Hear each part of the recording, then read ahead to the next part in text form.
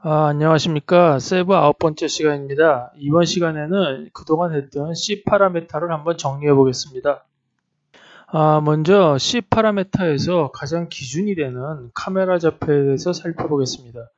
지금까지 카메라에 비친 2차원, 2차원 모양들을 기술하는데 이 8개의 C 파라메타가 쓰였었죠.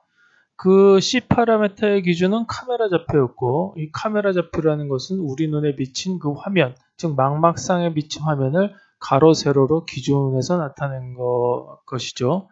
그리고 카메라 좌표는 글로벌 좌표, 즉 그 내가 있는 특정 영역, 즉 방이나 집안, 거리, 차 안 이런 상에 존재하는 2차원 로컬 좌표죠. 다른 것은 전부 이렇게 3차원으로 표시가 되는데, 카메라는 그 화면을 어떻게 이렇게 프로젝션으로 찍는 거기 때문에 그거는 로컬 좌표 중에서도 2차원만 나타냅니다.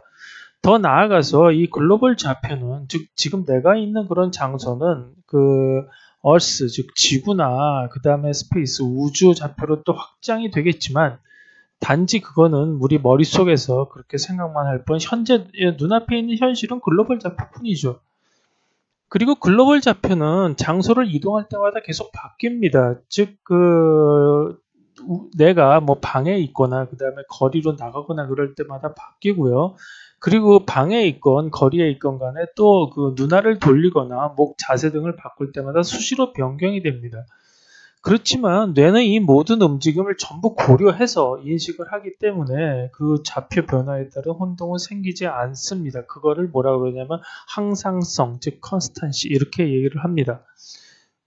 여기서 지금 이게 눈동자겠죠. 카메라 좌표가 이제 그 사물을 보고 있는데요. 이 물체에서의 보통 그 물체에서의 Z축은 깊이, 높이, 그리고 길이 방향 등을 나타내는데, 카메라에서의 Z축은 주로 이렇게 디스턴스, 즉 앞쪽을 보니까 멀리 있는 그 거리를 주로 나타내게 되고, 이 Z축을 거리로 잡는다 그러면은 그 순서 방향에 의해서 X축은 오른쪽, Y축은 아래쪽을 나타내게 됩니다.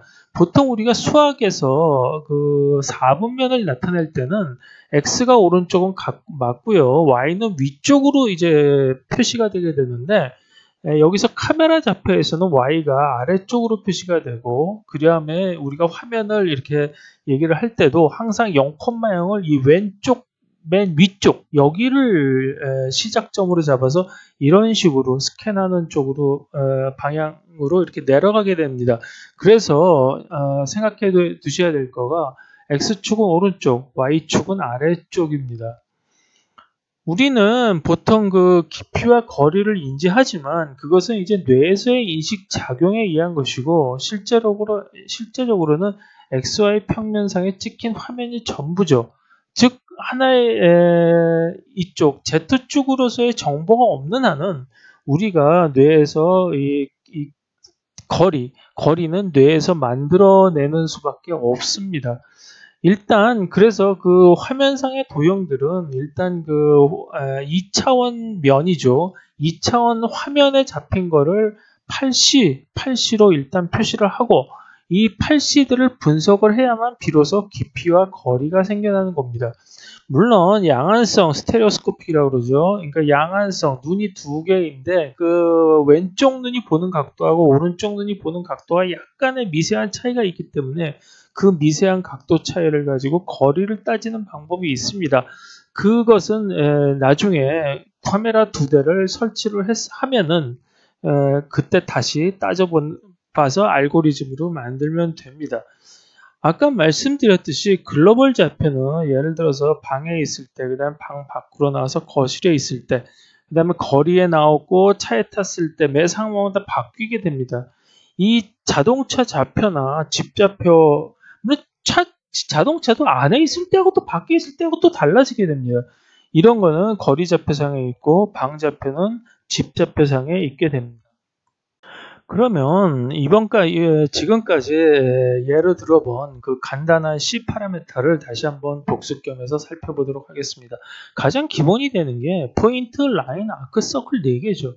그래서 여기서 보시면은 포인트는 화면상에 점 하나를 딱 위치시키면 그게 포인트가 되겠죠. 근데 컨투어는 0이고 뭐 길이가 없으니까 0이죠. 0%고 커베처도 곡률이 없으니까 0%입니다. 그런데 이게 양쪽 팔이 달려서 그게 어디서부터 어디로 가면서 얼마만큼 이게 굽어진다라는 게 있을 때는 그 길이는 당연히 0이 되겠지만 곡률은 60도 뭐 이런 식으로 곡률이 생기게 됩니다. 라인인 경우에서는 컨투어는 뭐 그 자체적으로 이게 상대적인 거기 때문에 그 길이가 긴 것도 하나의 라인이고 길이가 짧은 것도 하나의 라인입니다. 그래서 그 자체를 그냥 100%로 놓습니다. 길이를 100% 놓고 그 다음에 곡률은 0% 놓고 아크는 이것도 마찬가지로 길이는 자체적으로 100%로 놓고 그 다음에 곡률은 80 뭐 이렇게 이게 80도만큼 이제 굽었다 이렇게 나타내는 거죠. 그 아크의 길이가 제로가 되면 그게 이제 포인트가 되는 거죠. 원인 경우에서는 곡률만 360도라고 쓰면 됩니다. 여기서는 그 컨투어 값이 필요가 없는데 반지름을 100%로 놓기 때문에 컨투어 값은 당연히 2파이 R인 628%가 되는 거죠. 그러니까 당연히 그거는 너무도 당연한 거기 때문에 그냥 360도가 돌아갔다는 것만 얘기를 하고 나면은 그 다음에는 컨투어는 쓸 필요가 없습니다. 이거는 당연히 빈 원이죠. 안에가 차 있는 아는 원이고 이 라인은 당연히 헤어라인입니다. 전에도 말씀드렸듯이 이게 안에 차 있는 원을 만들려면은 거기다가 컬러는 옐로우 이렇게 붙이면 됩니다. 즉 컬러 속성을 붙이면은 그게 이제 가운데가 차 있는 솔리드 컬러가 차 있는 그러한 걸로 되는 거죠. 그러면 헤어라인에는 컬러가 없느냐? 없습니다. 쓸 수가 없죠. 이렇게 링 같은 경우를 할 때 링 10이다. 그거는 링 11에서 링 12를 빼주는 식으로 한다고 말씀을 드렸죠. 그래서 링 10을 보시면 곡률이 360도, 컬러는 스카이 그냥 이렇게 쓰시면은 이러한 링 11이 나옵니다. 여기서 링 11에서 커베처 300, 곡률 360 스카이 컬러는 스카이고 여기는 이거의 가운데다가 이 위치를 맞춰줘야 되기 때문에 두 번째 12번, 서클 12번의 카메라는 여기 첫 번째, 기준은 항상 이 첫 번째입니다. 첫 번째 X축의 0,0에서부터 50,0까지다. 50,0까지다. 카메라 좌표를 이렇게 쓰면은 요게 여기 들어가서 맞춰지겠죠. 그러면은 두 개가 이렇게 겹쳐진 상태에서 안에 거를 빼줘야 되는데 그 빼주는 거를 클래스를 마이너스를 표시합니다. 이거는 벤 다이어그램 같은 표기에서 이 마이너스의 부호만 따져서 이렇게 되는 건데 클래스 전체를 쓸 때는 여기다 마이너스 뭐 서클 12 뭐 이런 식으로 그냥 쓰면 됩니다. 그런데 이제 이건 뭐 가외적인 얘기인데 링은 멀리서 보면 선으로 보이죠. 선으로 보이는 거는 이 링의 슈퍼 클래스가 서클이 되기 때문에 그렇습니다. 이게 멀리 가면은 여기 두께가 사라지면서 그냥 이렇게 하나의 서클, 즉 이런 서클로 보이게 되는데 이런 서클로 보일 때가 이거를 바로 이렇게 이게 이거의 슈퍼 클래스가 되는 거죠. 그래서 슈퍼 클래스로 가면 갈수록 두께가 사라지면서 하나의 이 세선화가 되는 겁니다. 그래서 이렇게 표시를 하거나 이렇게 링으로 표시를 하거나 멀리서 보면 두 개가 같기 때문에 두 개가 거의 뭐 어떻게 보면 뭐 토폴로지 상으로 같은 어떤 그런 거라고 볼 수가 있죠. 그래서 나중에는 이 링을 뭐 서클, 헤어라인 서클 플러스 두께 이렇게 표시하기도 합니다. 이 헤어라인 플러스 두께라고 표시한 거는 결국 전에 말씀드렸듯이 2차원 면이라는 건 요 파란색에 1차원 직선을, 즉 선분을 이런 식으로 쭉 360도 돌아가면서 익스클루드 시켜도 나올 수가 있는데 2차원 면들을 나타내는 C 파라메타에서는 익스클루드라는 거를 쓰지 않습니다. 이건 제가 뭐 만든 거죠. DIO에서 이렇게 규정을 했습니다. 그래서 C 파라상에서는 선을 익스트루드 하지 않는데 단지 이 서클이 이 링이 3차원 상에서 3차원, 즉 어떻게 보면 이제 그 종이를 오려가지고 종이를 이렇게 도나스 형태로 오려서 이거를 막 이렇게 3차원 상에서 흔든다고 봤을 때 이렇게 옆으로도 뭐 뉘기도 하고 세우기도 하고 이러면 이게 3차원 상에 존재하게 되겠죠. 이 3차원 공간상에서는 이 선을 익스크루드 시켜서 이렇게 링 같은 면을 만들 수 있습니다. 그거는 나중에 엑스파라로 하는 거니까 엑스파라를 참조해 보시면 될 것 같습니다. 그래서 이제 그 1차원 선의 표기를 어떻게 하는가 이거를 정리를 해볼까 합니다.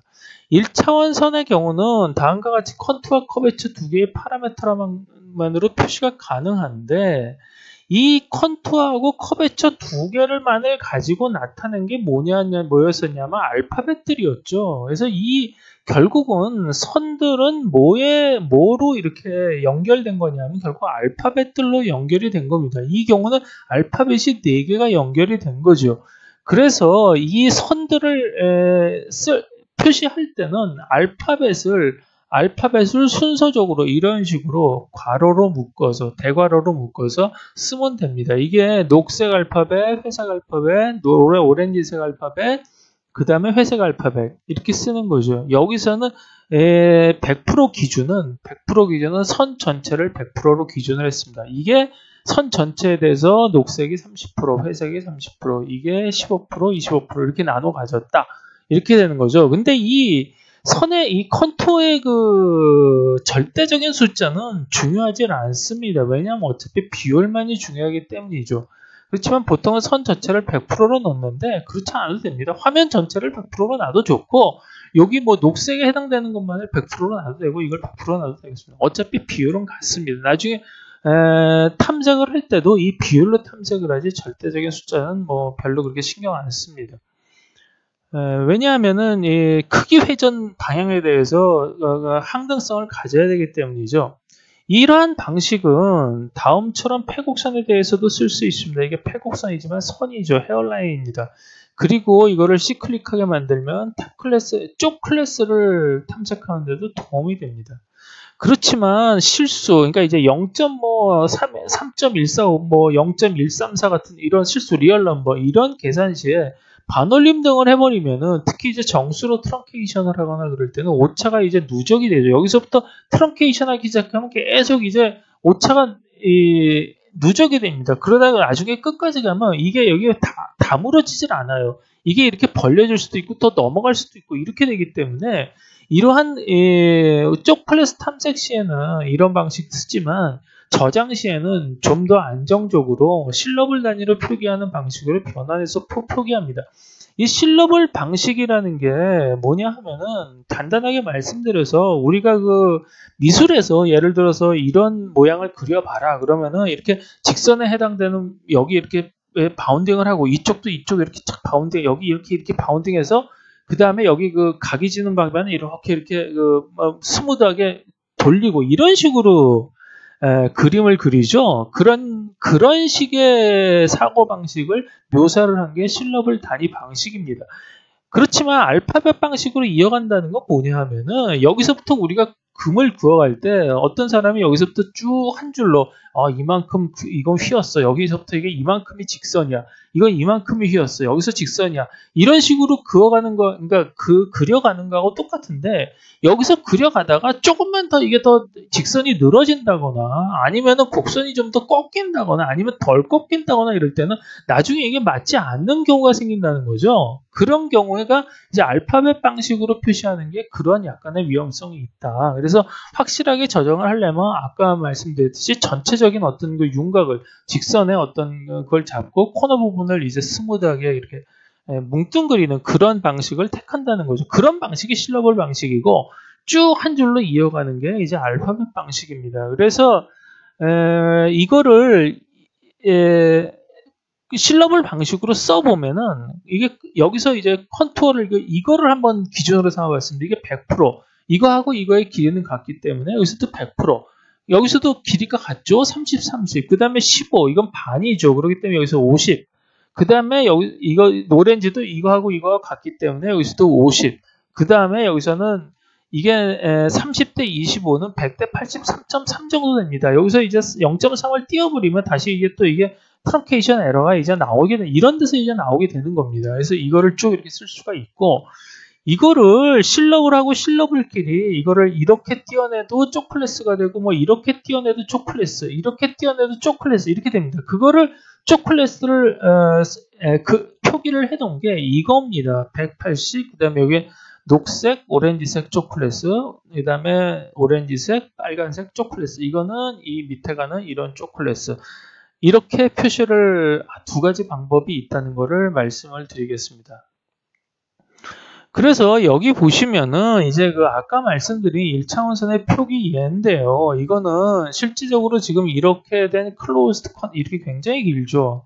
이거는 보통 이렇게 그 화상을 픽셀 단위로 그렇게 할 때는 이렇게 큰 게 나오질 않습니다. 그러니까 작은 것들이 나오는데 아주 실루엣, 그 물체의 실루엣들을 보기 위해서 M셀로 한번 구해본 거죠. 그래서 이렇게 큽니다. 이제 그 큰데 그거를 여기서부터 이제 쭉 그 예를 들어서 이거를 보고 봐보면은 이게 이제 이건 R은 이제 그 포인트죠. 그래서 컨투어는 0이고 그 곡률은 106.62, 106.6이고 이런 식으로 쭉 다 해서 이 곡률의 합을 구해보면은 전부 360, 정확히 360도가 떨어집니다. 그러니까 제가 프레젠테이션 재료를 만들면서는 이 각도가 굉장히 좀 많이 틀린 게 되는데 막 하다 보면은 별 신경을 좀 약간만 잘못 쓰면 이게 각도가 이제 360도가 안 나오고 뭐 좀 모질한다거나 더해지거나 이런 경우가 발생이 되는데 이거는 기계로 구한 거기 때문에 아주 정확하게 360도가 나옵니다. 그래서 이거를 이런 식으로 이러한 모양은 이런 식으로 표기가 가능하다라는 걸 말씀드릴 수가 있죠. 물론 여기서 곡률은 이제 소수점까지 계산한 건데 이게 참 이 화소수가 이렇게 있는 상태에서 소수점까지 계산하는 건 어떻게 좀 보면 어불성설이죠. 그래서 좀 이거는 그냥 수학적으로 그렇게 한번 했는데 왜냐하면 360도가 만든다는 걸 보여드리기 위해서. 그러면 이제 그 알파벳으로 쭉 이어가는 그 모델 말고 어떤 실러블을 이용해서 그 화면을 지금 물체를 표시를 할 때 X축으로 어떻게 선정을 하느냐 하는 문제에 대해서 픽스를 해야 될 것 같습니다. 이 X축이 왜 필요하냐면 사실 이제 알파벳 같은 걸로 이렇게 쭉 이어가는 방법이라고 그래도 여기서 시작할 수 있고 여기서 시작할 수 있고 이게 이렇게 마음대로 시작할 수가 있기 때문에 이게 어느 쪽에다가 이제 기준을 맞춰야 될지 좀 난감합니다. 그래서 이거를 알파벳으로 구성을 할 때는 아까 말씀드렸듯이 시클릭하게 즉 사이클릭하게 만들고 쪽 클래스를 탐색하는 경우에 쓴다 이렇게 말씀을 드렸고요. 그 다음에 이걸 정확하게 하나의 모양이 나오면 이거를 대표하는 이거를 나타내는 코드는 하나래야 됩니다. 원칙적으로. 근데 그래서 이 X축의 선정이 굉장히 중요한데 왜냐하면 이 X축을 어떻게 선정하느냐에 따라서 이거를 표기하는 코드가 달라지기 때문이죠. 그래서 여기서 이렇게 정했습니다. X축은 알파벳. 이 지금 실러블 이 칼라로 되어 있는 건 실러블이고 회색으로 되어 있는 건 라인인데 라인도 알파벳입니다. 그러니까 이 모든 알파벳 회색을 포함한 모든 알파벳에 두 개씩의 쌍을 전부 조사를 해서 그 중점과 중점을 잇는 라인을 조사를 해서 그 라인이 가장 긴 쪽으로 X축을 정하게 된 걸로 세부 시스템에서는 정했습니다. 그래서 컨투어가 가장 긴 쪽은 그러면은 어떻게 여기가 이게 두 개가 가장 긴 쪽이 될 수 있고 여기서도 뭐 이게 가장 두 개의 길이 같다라고 이제 생각을 해보죠. 어쨌든 이렇게 정했을 때 화살표의 방향은 컨투어가 큰 쪽에서 작은 쪽으로 그 다음에 두 개의 컨투어 값이 같으면은 곡률이 큰 쪽으로 그러니까 한마디로 말씀드리면은 뭐냐면 그냥 더 뾰족한 쪽으로 화살표를 넣는다는 겁니다. 여기서 더 뾰족한 쪽으로 넣었죠. 여기서는 더 뾰족한 쪽이 그냥 이쪽인데 그냥 이쪽으로 넣었습니다. 그러니까 이렇게 두 개의 알파벳 쌍을 조사할 때마다 근데 이제 대칭 검사를 합니다. 그래서 대칭 검사를 해가지고 점대칭이나 선대칭이 발견되면 우선적으로 그걸 X축으로 선언하게 됩니다. 여기서는 가장 긴 쪽이 이거죠. 이거하고 이거를 비교를 해봤을 때 여기가 가장 길고 여기서 이게 대칭이 나옵니다. 선대칭이 나오죠. 여기서는 점대칭이 나옵니다. 그래서 이거를 대칭이 나온 쪽을 먼저 이제 선정을 하게 되는데, 근데 전부 다 똑같으면 어떻게 하느냐? 그런 경우는 이물이 선정하는 수밖에 없습니다. 즉 여기서나 여기서도 이게 두 개의 x축이 나올 수 있는 경우고, 이거 두 개는 뭐냐면은 이 컨토 값이 같기 때문에, 이것도 컨토 값이 0이고 이거는 똑같이 이게 50이죠. 그러니까 같기 때문에 그 다음에 커베처 값으로 선정한 경우입니다. 이 커베처가 이쪽이 더 뾰족하다고 해서 이쪽으로 잡았고, 그 다음에 이거는 이쪽으로 잡았습니다. 여기가 더 뾰족하죠. 이쪽으로 잡은 경우입니다. 그 다음에 이거는 대칭인데, 점대칭인데 이렇게 갈 수도 있고 이렇게 갈 수도 있죠. 이런 경우는 뭐 방법이 없습니다. 그냥 임의로 선정을 하는 걸로 하겠습니다. 그래서 비슷한 모양이라도 축이, 근데 이런 식으로 똑같은 모양인데 축이 달라지면 어떡하냐? 방법이 없어. 다른 워드라고 그냥 합니다. 설정을 합니다. 이것도 좋고 이것도 좋고 전부 좋다라고 모든 걸 수용하는 겁니다. 그래서 그러면 이제 그 탐색을 할 때 어떤 건 이쪽으로 가서 붙고 어떤 건 이쪽으로 가서 붙겠죠. 근데 나중에 올라가서 이 위쪽으로 계속 올라가서 이제 그 벡터 퀀타이전 할 때는 이거는 나중에 결국 똑같은 걸로 합쳐집니다. 그게 이제 슈퍼 클래스라고 그러는데, 그 슈퍼 클래스는 이제 같아질 확률이, 이거 두 개가 슈퍼 클래스로 같은 걸로 이제 될 경우가 이제 거의 올라가다 보면 다 동일하게 됩니다. 그래서 이 인식 과정에서는 슈퍼 클래스를 더 많이 따지기 때문에 그러는데, 이거 세 개를, 예를 들어서 이거 세 개를 따로 잡았다고 하더라도 슈퍼 클래스는 그냥 하나로 이렇게 통일되게 되는 그 과정을 나타낸 것입니다. 그리고 이 C 파라메터에서 클럭와이즈하고 카메라 이 속성값을 어떻게 정하느냐라는 거를 확실하게 이제 픽스를 해야 됩니다. 클럭와이즈 속성값은 x축에 대해서 오른쪽으로 얼만큼 회전했는가를 표시합니다.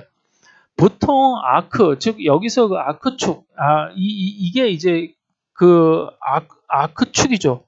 검은 실성 화살표가 되죠. 이 녹색의 아크축은 이게 아크의 반지름으로 이제 설정이 되는데, 그 아크의 반지름이 여기 x축으로 선언된 이 모양의 x축으로 선언된 것보다 얼마만큼 돌아갔느냐, 왼쪽으로 돌아가면 마이너스고 오른쪽으로 돌아가면 플러스입니다.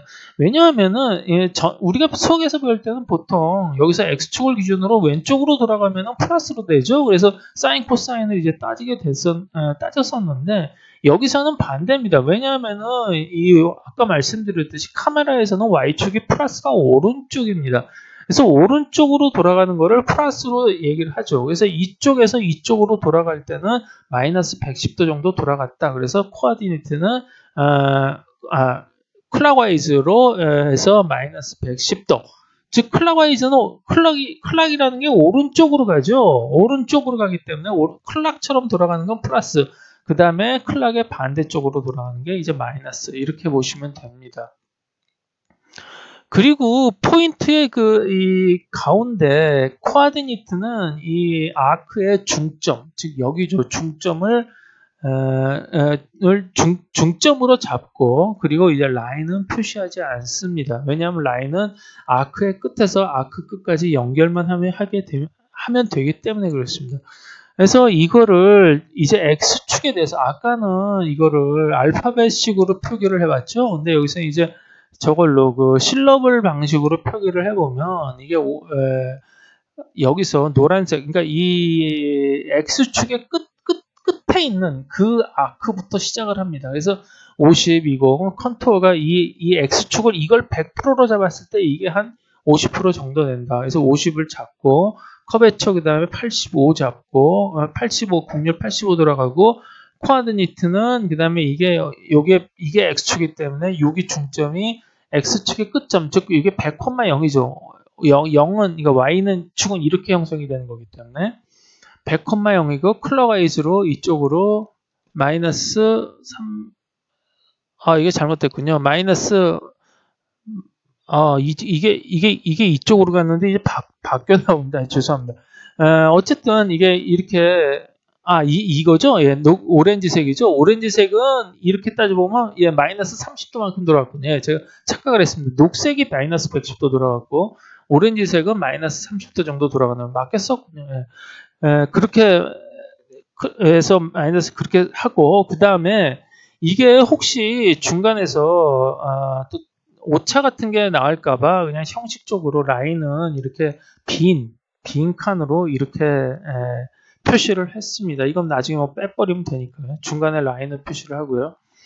카메라 속성 값은 여태까지 이제 직각좌표를 썼는데 이 클라와이즈 속성처럼 극좌표 값으로 통일을 하겠습니다. 그래서 기준 축인 여기 100이 가장 먼저 쓰는 게 이제 저거죠. 기준 축입니다. 그래서 100 같은 경우도 클래스 100, 그 다음에 컬러는 파이트 이렇게 해서 처음에 썼고, 그 다음에 두 번째에서부터는 101번. 101번은 100번에 비해서 컨트라스트, 즉 크기는 100% 똑같고, 카메라는 여기 시작점이죠. 여기 100, 100, 이 Y축으로 100만큼에서 100, 105로 해서 마이너스 45도만큼 돌아갔다. 컬러는 파이트다.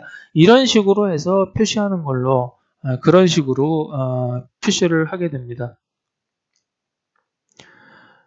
그래서 이제 DB에서의 아이디를 한번 만들어 볼 텐데요. 전에 말씀드렸듯이 DIO, 즉 세븐은 이게 아이디 시스템이라고 그랬죠. 이 아이디 자체를, 그러니까 DB에서의 아이디 자체를 하나의 템플릿, 즉 형태나 모양을 아이디가 직접 나타내는 방식으로 한다고 말씀을 드렸습니다. 그래서 아이디만 딱 보면, 이게 어떤 모양이구라는 게 금방 알 수 있도록. 그래서 쉽게 얘기 말씀드리면, 그 패턴 자체를, 즉 삼각형이다, 사각형이다, 오각형이다라는 그 패턴 자체를 이 아이디로 쓰는 겁니다. 이 아이디로 썼을 때 DB의 아이디는 다음과 같은 80값들을 연접해서 만들죠. 이 80값입니다. 그래서 먼저 알파벳 아이디를 보시면은 이 알파벳 아이디는 선을 표시를 하죠. 즉 알파벳들끼리 연결된다고 말씀을 드렸었죠. 선 전체를 X축으로 보고 그 다음에 이제 그렇지만 컨투어 커베처들의 오차가 누적된다는 단점이 있고요. 그래서 이거는 아까도 말씀드렸지만 이렇게 알파벳들을 4개를 나열을 시키면 되는 거고, 그거에 그 알파벳들의 아이디는 전부 이런 식으로 표시가 이거에 의해서 이런 식으로 표시가 되기 때문에 왼쪽 선의 아이디, 이거는 이제 라인 아이디가 되겠죠. 이건 알파벳 아이디고 이건 라인 아이디입니다. 라인 아이디는 이거 4개를 전부 컨캐터네이션 시킨, 즉 연접시킨 이러한 식이 되겠습니다. 그 다음에 실러블 아이디는 뭐냐면은 면을 표시할 때 나타내는 거고요. 그 다음에 이런 경우는 아까 말씀드렸듯이 오차가 누적되지 않는다 이렇게 말씀을 드렸고요.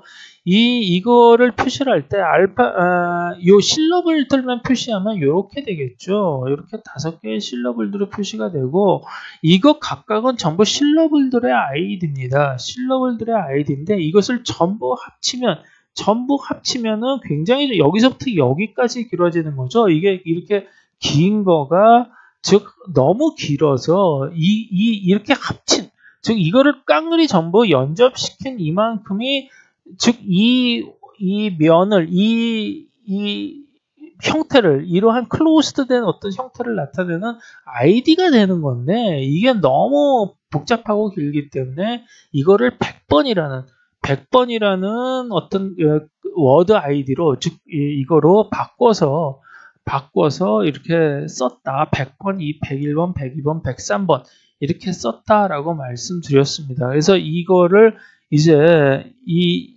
100일, 100이 103을 전부 다 합쳐놓으면은 이디엄이 되겠죠. 이 이디엄, 즉 이디엄에 대한 아이디는 이거를 전부 여기서부터 여기까지 전부 연접시키면 왼쪽 만들에 파트 아이디라고 썼는데 파트 자체가 뭐 이디엄입니다. 같은 거니까 그렇게 생각하시면 될 것 같습니다. 그럼 이제 워드 아이디를 한번 보겠습니다. 아까 말씀드렸듯이 워드 아이디는 너무 복잡하기 때문에 복잡함을 피하기 위해서 이디엄 아이디서부터는 하나의 그냥 1년번호로 바꿔서 대입해요. 아까 말씀드린 100, 101, 102, 103 이런 식으로 1년번호로 바꾸는 거죠. 이 연접 방식 워드 아이디를 이렇게 복잡하게 워드 썼을 때는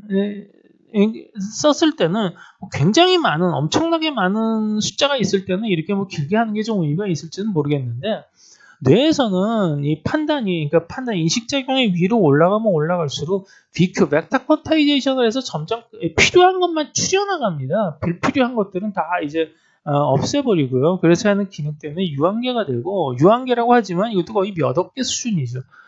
따라서 엄청난 길이로 나가는 연접 아이디 대신에 단순히 그냥 1년 번호 아까 말씀드렸듯이 100, 101, 102, 103 이렇게 나갑니다. 근데 그래서 일단 워드 아이디 1년 번호는 일단 10자리를 쓰는데 만약 10자리 100억 개 정도를 표시할 수 있는데 모자라면 자릿수를 나중에 늘리도록 하려고 합니다.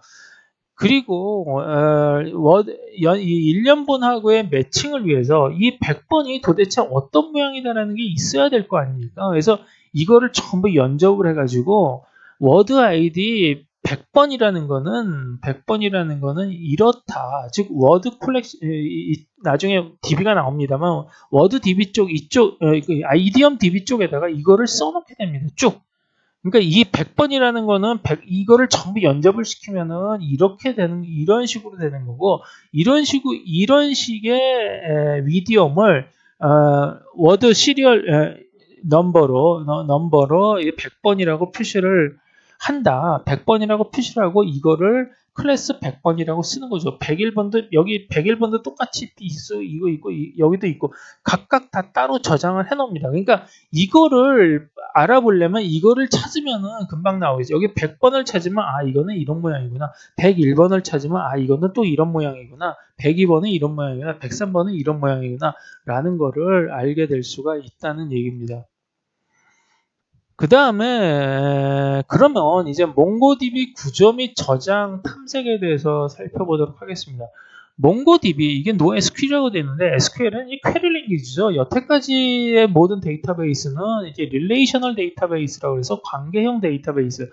그래서 퀘리를 집어넣고 그 테이블을 전부 조인을 해가지고 필요한 정보를 얻어내는 방식으로 이제 되어 있었는데 그게 너무 규격적이고 그 다음에 자유스러우니까 좀 이렇게 자유스러운 데이터에 좀 대치를 못하는 그런 그 불편함이 있었습니다. 그래서 몽고DB 같은 경우에는 NoSQLDB다. 그래서 SQL을 쓰지 않는 DB라는 거가 이제 요즘에는 유행으로 나왔는데 그걸 구조가 몽고DB는 DB가 컬렉션으로 나눠져 있고요. 그건 다시 다큐먼트는 JSON 포맷이죠. 이렇게 나누어집니다. 그래서 DB 파티션을 라인 DB, 페이스 DB, 파트 DB, 오브젝트 DB, 백그라운드 DB 이렇게 5개로 나누는데요. 이 각각의 DB들은 전부 콜렉션에 대한 소 DB로 쪼개집니다. 그래서 이 콜렉션은 각각의 이 콜렉션이라는 거가 이렇게 녹색으로 되어 있고요. 각각의 콜렉션에는 전부 이렇게 중괄호로 쌓여 있는 그리고 그 괄호 안에 이 아이디가 하나씩, 이 아이디는 유니크합니다. 그러니까 이 아이디가 하나 있는 식으로 배열을 해서 이제 그 주민번호라고 생각하시면 됩니다. 이게 전부 들어가 있는데 이게 제이슨 형태입니다. 그래서 이런 식으로 구성이 되어 있고요. DB에서 저장 과정과 탐색 과정이 같습니다. 즉 그 뇌에서는 이게 뇌의 과정과 동일한데요. 뇌에서는 탐색을 행하면서 동시에 저장이 이루어진다. 즉 뇌 DB 안에 즉 뇌 속의 내용이 이미 있으면 인식이 되는 것이고 없으면 기억을 하는 겁니다. 그런 식으로. 라인은 알파벳들의 연접 아이디하고 페이스는 실러들의 연접 아이디를 직접 찾을 수가 있습니다. 아까 말씀드렸죠. 근데 이게 이디엄으로 넘어가면, 즉 페이스, 이 면 쪽으로 넘어가면은 이거를 이 페이스까지, 즉 페이스까지는 모양을 이 아이디가 대변하고 있기 때문에 그 모양을 코딩하면 곧바로 이제 DB에서 찾을 수가 있다고 그랬죠. 즉 아이디만 구하면 그냥 페이스나 라인에 가서 또 그냥 아이디를 밀어 넣으면 이거는 뭐다라는 게 그냥 나옵니다. 이게 어디로 연결이 된다는 게 나오겠죠. 이건 뭐고 이거 신상 명세서가 나오는 거죠. 쉽게 말씀드리면 주민등록번호를 넣어주면은.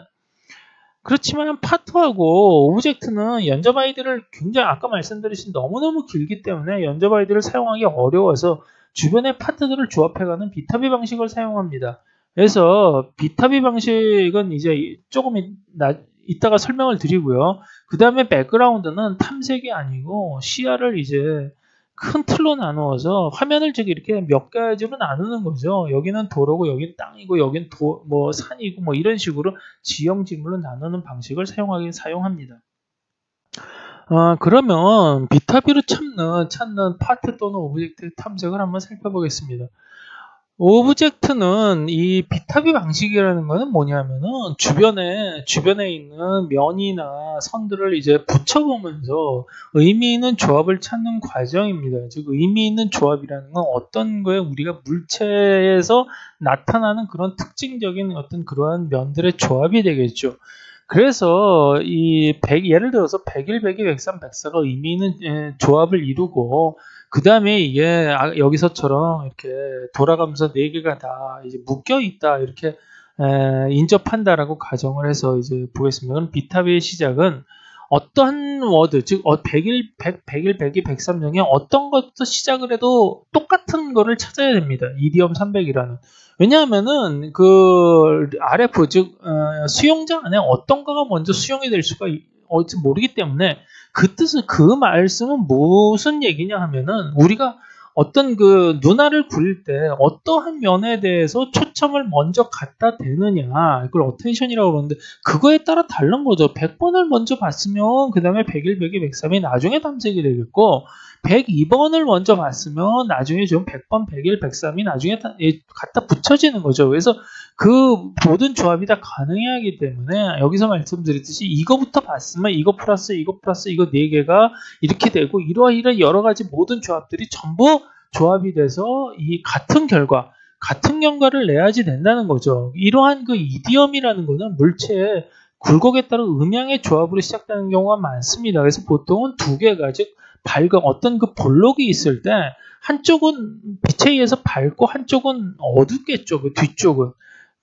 그랬을 때 그 오목볼록에 따른 음영에 2개 영역이 붙어서 보통은 이디엄을 가장 간단한 이디엄을 형성하는 경우가 많습니다. 그렇지만 이것들이 더 붙어서 붙이는 게 더 효율적인 경우는 붙이는 게 낫겠죠. 즉 똑같은 패턴이 계속 반복될 때는 음영이 가도 반복됩니다. 그건 그냥 붙여서 쓸 수 있는 거기 때문에 그런 경우도 이제 하나의 이디엄이 되는 겁니다.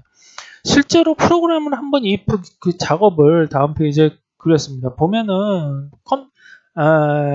계산상으로는 굉장히 좀 복잡하게 돌아가는데 어쨌든 한번 보시고 101, 102, 103의 아이들을 전부 여기서는 간편하게 DXYE라고 한번 표시를 해봤습니다.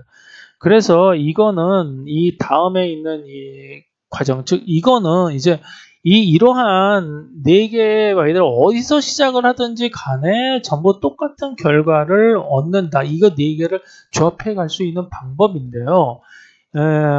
다시 말씀드리지만 뭐 워드 하나나 선이나 이런 거는 페이스 같은 경우는 이 모양 자체가 그냥 이 패턴이 아이디로 그냥 코딩이 되었기 때문에 그냥 이거를 코딩을 해가지고 그냥 그 DB로 가서 푹 찔러넣으면 이게 주민등록번호식으로 해서 축 찔러넣으면 그게 신상명세서가 쭉 나온다고 말씀드렸죠. 근데 이러한 이 이디엄 이렇게 음영이 있는 이러한 그 몇 개의 면들이 붙은 거는 이거 전체를 하나의 아이디로 만드는 거는 너무 복잡하고 그 다음에 경우의 가지수가 너무 많기 때문에 이거를 이런 식으로 비타비로 쭉 찾아가는 겁니다. 쭉 찾아갈 때마다 이것이 이러한 조합이 되면은 즉 여기서 보시죠. 여기서 보면은 X부터 찾았단 말입니다. 여기 X부터 이제 눈길이 간 거죠. X를 보고 X가 딱 가니까 그 다음에 여기서 7827로 가라. 컬렉션 아이디 7827로 가라. 그래서 컬렉션 아이디 7877로 가라. 7877로 가봤더니 그 옆에 뭐가 있었냐면 X 옆에 Y가 있을 수가 있고 D가 있을 수가 있습니다. 그죠? Y하고 D가 있죠? 그래서 X를 찾았는데 Y를 찾았어요. 그러면은 X하고 Y가 이게 결합이 되는 거죠. 조합이 되는 겁니다. 그러면 여기 도큐먼트, 즉 여기 이 제이슨에다가 x하고 y의 결합인 나중에 아까 말씀드렸듯이 신상명세서를 쭉 여기다가 넣어놓으면 되는 겁니다. 요 도큐멘트에다가 쭉 넣어놓으면 이 x하고 y의 결합은 뭐 어떤 그 모양이고 어디에서 나올 수 있고 또 뭐 몇 번이 나왔고 뭐 이런 경우가 쭉 발견되겠죠. 들어가 있겠죠. 지금은 현재는 뭐 아무것도 안 들어가 있는 그냥 이제 아이디만 가지고 따지는 겁니다. 그래서 xy가 있고 xd가 있는데 그럼 xd로 가보죠.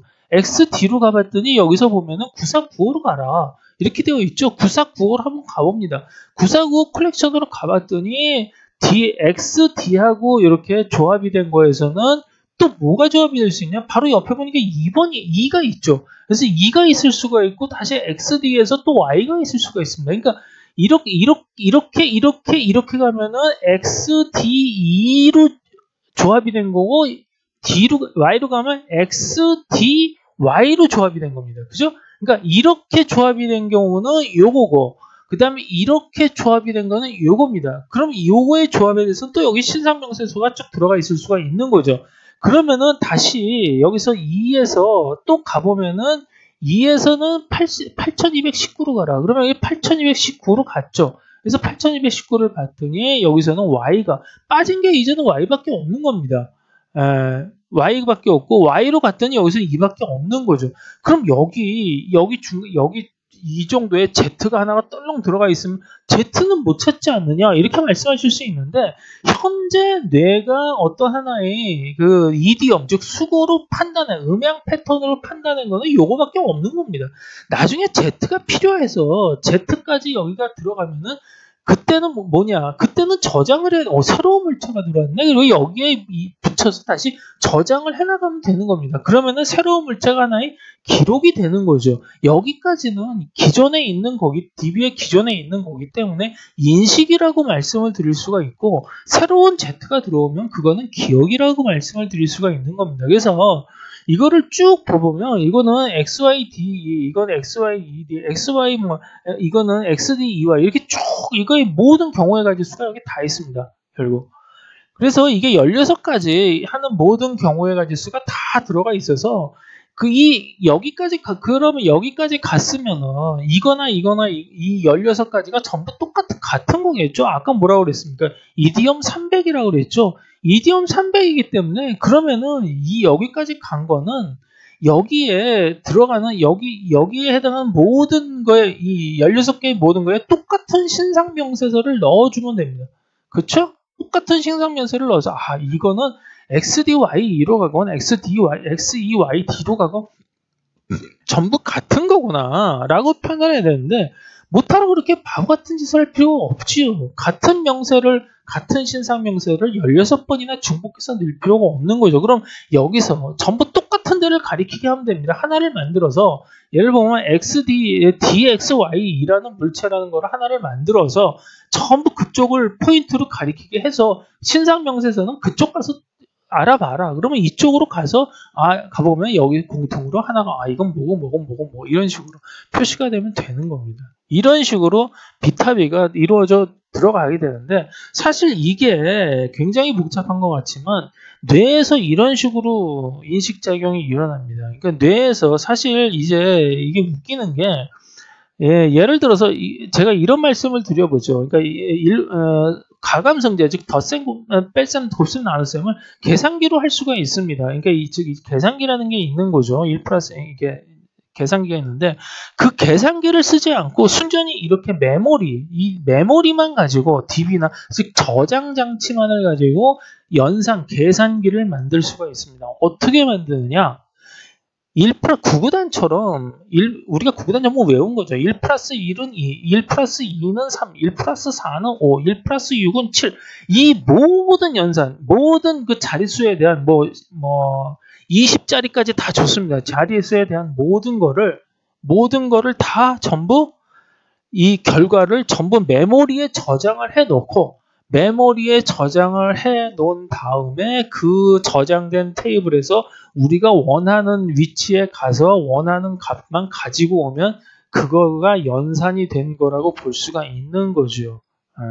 실제적으로 요즘에 이제 그 챗 GPT라는 게 나와서 이제 저걸 하는데 챗 GPT 자체는 걔가 어떤 그 뭐 시각적이나 우리가 하는 오감적인 면 있죠. 그 오감적인 면의 의미를 알고 걔가 하는 건 아닙니다. 그냥 의미를 모르지만 그러한 대답이 나올 때는 이런 거를 가져오고 이러한 대답이 나올 때는 이런 거를 가져오고라는 거를 이 세상의 모든 인터넷에 돌아다니는 말을 전부 조사를 해가지고 그거를 1750억 개의 파라메타, 이 파라메타라는 거는 그 뉴럴하고 뉴런이 그 묶여있는 웨이팅 즉 중점 가중치 그거의 개수입니다. 그거의 개수가 즉 보통 뇌에서는 그 하나의 뉴런이 다른 뉴런으로 가서 붙는 가지수가 한 1000개 정도 됩니다. 그러면 1750억 개의 가지수를 가지를 뻗쳤다는 거는 뭐라고 말씀드려요? 뉴런의 개수가 약 1억 5,700만 개 정도, 1억 7,500만 개 정도 있다는 얘기를 말씀드릴 수가 있습니다. 그래서 그 챗 GPT는 그렇게 동작을 하는 거기 때문에 인터넷에 없는 말은 물론 뭐 제너러티브라는 게 있긴 있습니다. 그것도 물론 뭐 인터넷에 있는 말의 베이스로 해서 나오는 거지만 그게 없으면은 어떤 상상으로 자기가 만들어낼 수 있는 그러한 그 능력은 없는 거죠, 사실은. 그래서 이 챗GPT 근데 이제 그 숫자가 엄청나게 많다 보면은 얘가 이제 모든 경우를 다 100%를 커버를 하기 때문에 심지어는 아까 지금 여기서 말씀드렸던 가감성제 연산까지도 얘가 인터넷에서 전부 긁어다가 전부 그 테이블을 만들어서 뽑아왔더니 7자리, 8자리까지 전부 그 계산을 해봤더니 얘가 계산기가 없는데도 불구하고 99, 거의 100%에 맞는 대답을 내놨다고 합니다. 그 정도로 이 메모리, 즉 저장 장치만 가지고 계산도 할 수 있고 뭐 말도 할 수 있고 시각 인식도 되는 거고 모든 게 다 되는 거죠. 그러니까 이거가 개수의 문제입니다. 이 뇌에서는 두 가지를 따집니다. 이제 뭐 다른 말 이제 가외로 말씀을 드리면 하나는 개수의 문제고, 즉 이제 뉴런이 한 1000억 개 정도 있는 거죠. 1000억 개 정도, 그러니까 그러면은 거기 그 파라메타가 그 가지수가 몇 개냐? 1000억 개에서 1000개씩의 다른 뉴런의 가지수를 계산해 보면은 100조 개의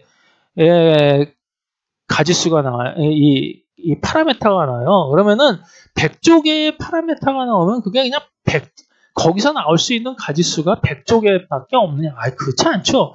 그 가지수를 전부 0101로 한번 그냥 간단하게 이진법상으로 한번 생각을 해보죠.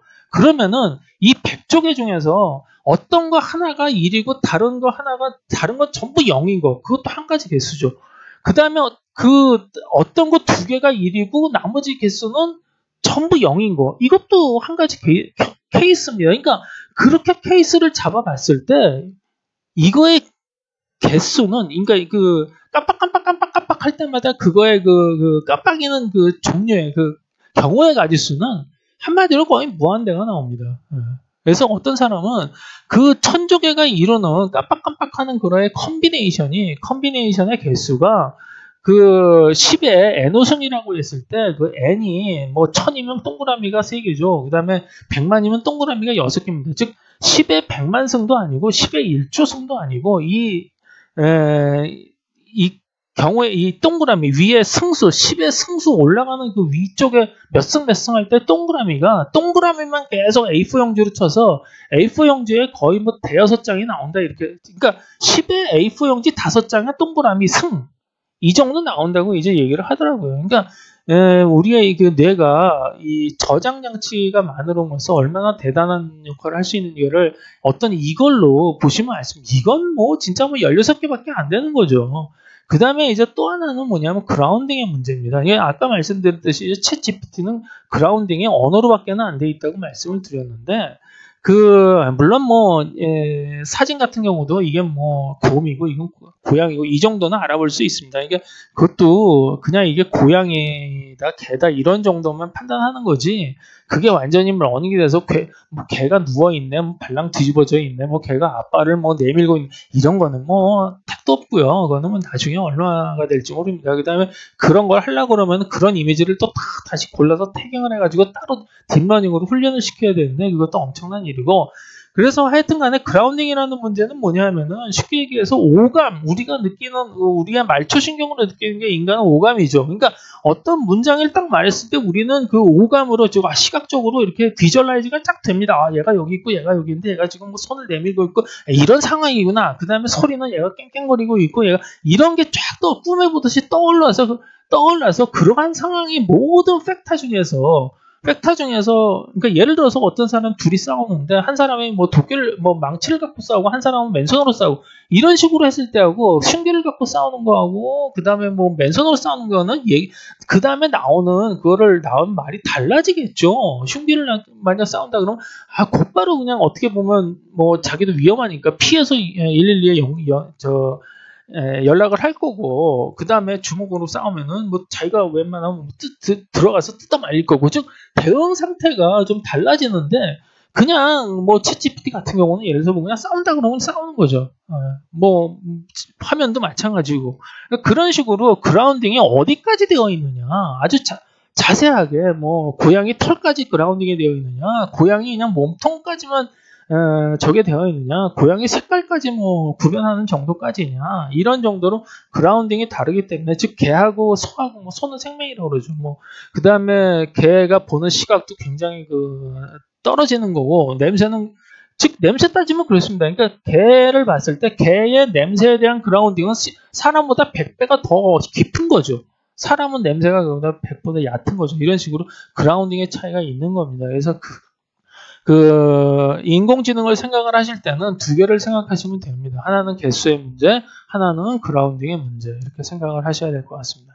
그 다음에 이게 바로 저희가 지금 이 C8R을 따지고 X8R을 따지는 이유가 바로 그 그라운딩의 문제입니다. 나중에 이 그라운딩을 시키려고 하면은 이러한 파라메타를 여기서 파라메타라는 거는 챗GPT에서의 뭐 가중치에 해당하는 파라메타하고 다릅니다. 이거는 그냥 진짜 매개 변수, 그냥 이거고, 챗GPT 딥러닝에서 얘기하는 파라메타는 가중치, 웨이팅 팩터 이렇게 되는 겁니다. 그러니까 여기서 이거를 만드는 이유는 나중에 진짜 이 그라운딩 문제가 있기 때문에 그런 겁니다. 엑스파라라는 거는 이제 생성 모양 기술할 때는 XC, XE, XT가 있다고 말씀드렸고요. 크기 방향은 DPO가 있고, 변형이나 구겨짐은 밴딩, 스퀴즈, 뭐 트위스트, 그 다음에 시간으로 따지면 키프레임, 그 다음에 뭐 RN 이런 게 있다고 말씀을 그냥 간단하게 그냥 말씀만 드렸었죠. 이거가 어떻게 디파인이 되는가는 이제 다음 시간부터 말씀을 드릴 거고요. 그래서 C8하고 X8을 속성별로 나눠보면 다음과 같습니다. 그러니까 즉 생성을 할 때는 C8에서는 컨투어하고 커베처가 속성 파라미터, 그러니까 생성 파라미터입니다. 생성. 그 다음에 색상, 재질, 두께를 하면은 컬러라고 하고요. 두께는 없죠, 당연히. 2차원이기 때문에 3차원일 때 이제 두께가 생겨나는 거기 때문에 2차원에서는 그냥 컬러만 가지고 디스크라이브 하면 됩니다. 크기는 컨트레스트로 하고요. 위치하고 회전할 때 X축을 표시할 때 카메라, 코아디니트 클럭와이즈가 썼었고요. 여기서는 X 파라미터 이런 식으로 되는 거죠. 그래서 선의 생성이나 생성, 즉 여기서 크게 나눠보면 생성 파라미터가 있고, 그 다음에 크기, 위치, 회전 파라미터가 있습니다. 이 X 파라미터나 C 파라미터는 크기, 위치, 회전에 거의 인베리언트하게, 즉 불변하게 그렇게 만들어낸 겁니다. 그래서 생성도 마찬가지고요. 그래서 이 선에 보시면 이 2차원에서는 C8인데 C8을 볼 때도 선을 보죠. 선의 생성도 점을 어떠한 각도로 어떠한 곡률로 얼마만큼 컨투어죠. 뽑는 개념입니다. 그래서 결국은 X8은 채를 만드는 건데 3차원, 그거는 면, XC 즉 컷, 크로스 면을 어떻게 뽑아서 익스트루드 시켜서 공간적인 볼륨을 만드냐는 개념이기 때문에 처음만 다르지 결국은 같습니다. 이게 속성값이 같다는 얘기예요. 그러니까 그래서 컨트라스트에 해당되는 속성은 XD이고 코아디니트하고 클로버와이즈에 대한 속성은 아까 XP하고 X5입니다. 카메라는 기준면에서 X축을 나타낼 때도 쓰이고 그 다음에 다른 면들의 위치와 회전을 나타낼 때도 쓰인다고 말씀을 드렸죠. 그래서 앞으로 할 일을 살펴보시면 선과 면은 조합이 될수록 조합의 개수가 기하급수적으로 많아집니다. 이것들 중에서 다 쓸 수가 없기 때문에 그리고 다 필요하지도 않습니다. 그래서 통계적으로 많이 나오는 것들을 위주로 벡터 퀀타이제이션을 해야 됩니다. 그리고 음양의 조합을 취할 때 어떤 것들의 조합이 BQ에 더 유리한지를 따져봐야 된다. 즉 이디엄을 말할 때 올록볼록이 있으면 이제 음양이 생기는데 그거가 어떤 식으로 벡터 퀀타이즈를 해야 되는지 따져봐야 되고요. 많이 쓰는 방법은 주로 이제 확률하고 그다음 우도 테스트라는 게 있습니다. 라이클리후드를 쓰는 방법이 있는데 그 방법들에 대해서 따져봐야 합니다. 이게 왜 중요하냐면은 우리가 태어나서 예를 들어서 우리는 주로 태어나면 뭐 방해 구조도 평행하고 수직으로 되어 있는 벽 구조, 그다음에 뭐 거기 남아 있는 뭐 동그라미 구조, 그다음에 뭐 포물선 구조 이런 것들이 거의 비슷한 것들이 많이 있습니다. 그래서 그러한 것들에 눈에 익어서 그러한 것들이 많이 눈에 들어오기 때문에 그 많이 들어오는 그 확률이 높은 것들을 남겨두고 나머지는 다 죽인 거죠. 그걸 벡터 퀀타이즈 한 겁니다. 그래서 그런데 예를 들어서 전혀 이상한 환경, 그러니까 즉 수평에 죄수복처럼 수평줄이 굉장히 많아요. 항상 모든 그 세상에 어디 가면 뭐 길거리도 그렇고 집도 그렇고 방도 그렇고 수평줄이 전부 이렇게 나 있는 그러한 세상에서 살면은 그런 것들만 쭉 살아남고 나머지는 죽어요. 그렇기 때문에 결국은 뇌의 조합이 달라지고 뇌에서 보는 방법이 달라집니다. 그래서 그런 쪽에서 즉 태어나서부터 환경이 달라지면 벡터 퀀타이즈도 달라진다라고 말씀드릴 수가 있습니다. 그래서 뇌를 훈련시키는 방법이 우리가 주로 보고 있는 이미지나 주로 듣고 있는 그런 언어들 그런 것들을 전부 학습 자료로 넣고 그거를 학습을 시키는 것인데 어쨌든 간에 그러한 거를 베이스로 하되 그런 것들 중에서 어느 정도는 좀 지도학습적으로 해서 어떤 거가 더 유리한 거를 따져서 그쪽으로 좀 치우쳐서 가게끔 그런 식으로 학습을 시키는 방법이 필요합니다. 그거를 말씀드리는 거고요. 3차원 물체를 표기하기 위해서 X8를 정리해야 됩니다. 이걸 다음 시간에 설명을 드릴 거고요. 물체의 실루엣을 판단하는 M셀하고 디테일을 판단하는 P셀이 있는데 아까 말씀드렸죠. 이게 두 개가 협업을 해야 됩니다. 왜냐하면 P셀은 너무 마이크로스코픽하게 보는 거고 이 M셀은 너무 매크로스코픽하게 보는 거기 때문에 두 개를 합쳐야지만 어느 정도 정확한 판단을 할 수가 있습니다. 이 M셀만으로도 정확히 물체를 파악할 이 M셀이 뭐냐면은 전부 낮은 해상도의 흑백 신호라고 그랬죠. 그래서 눈 나쁜, 즉 예를 들어서 생명이 눈 나쁜 사람이 안경 없이 사물을 정확하게 판단하지 못하는 것과 같습니다. 그래서 정확한 판단을 위해서는 눈동자나 고개를 돌려서 그쪽에 M셀로 적당한 물체가 파악이 되면은 그쪽으로 이제 눈을 돌려서 P셀을 봐서 P셀을 가동시켜야 되는데 그때 M셀과 P셀의 협업 체계가 발동이 됩니다. 이러한 메커니즘을 알고리즘을 어떻게 구현할 것인가를 생각해 봐야 됩니다. 경청해 주셔서 감사합니다.